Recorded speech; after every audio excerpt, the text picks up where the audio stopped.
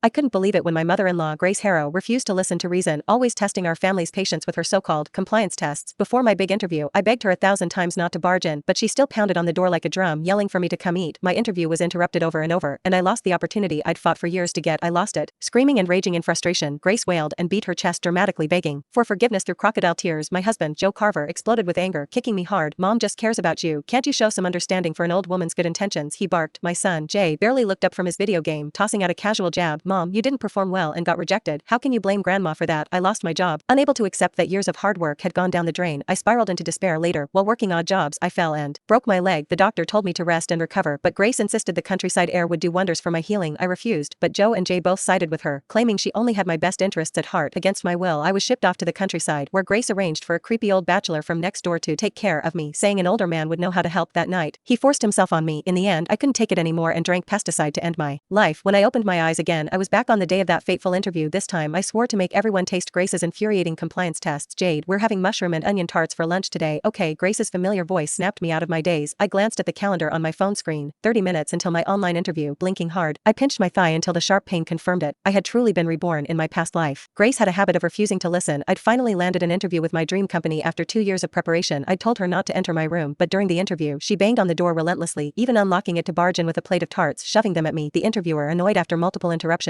canceled my chance. I broke down, screaming at her. I told you not to come in. Can't you understand plain English? Grace put on an innocent, pitiful face, wiping fake tears as she apologized. When I ignored her, she dropped to her knees in the living room, crying and beating her chest. Jade, please forgive me. I just didn't want you to go hungry. Before I could even respond, Joe stormed over and kicked me in the stomach, cursing me for being heartless and failing to appreciate Grace's good intentions. Jay, munching on a tart while gaming, didn't even flinch at my pained expression. You weren't prepared. How can you blame grandma for your failure? He sneered. My heart turned cold toward this family, combined with the loss of years of effort. I sank into a pit of despair. Later, after breaking my leg on a job, Grace refused to let me get proper treatment, instead suggesting I recover in the countryside. That decision led to my assault. I begged them to bring me back and report the crime, but over the phone, Grace screeched, if you report him, our family will be so humiliated. Everyone in the surrounding villages already knows you're a troublemaker, seducing men. Joe's voice was icy as he called me cheap, and Jay mocked me with disgust, calling me a disgrace. Having a mom like you is my bad luck. He spat. My heart turned to ash, and I ended it all with pesticide. Snapping back to the present, hatred surged in my chest. I quickly gathered my interview materials and stepped out of the bedroom as if nothing was wrong. Grace was just coming out with a plate of tarts. Seeing me, she smiled. Jade, I washed the mushrooms several times. I promise you won't even taste them. My brow furrowed instantly. I'm allergic to mushrooms. I've told her countless times. When I first married into this family, she made tarts and swore they were filled with spinach and feta. The moment I took a bite, she smirked triumphantly. See, I told you, there's nothing you can't eat. You handled mushrooms just fine. You're just being picky. I was so nauseated I couldn't eat for the rest of the day. After living through 2 lifetimes, I figured her out. The more you tell her not to do something, the more determined she is to do it. I kept my voice cold. I'm not eating. I've got things to do. With that, I grabbed my bag and left, ignoring her shouts behind me and Jay's annoyed plea for her to be quiet. I found a quiet hour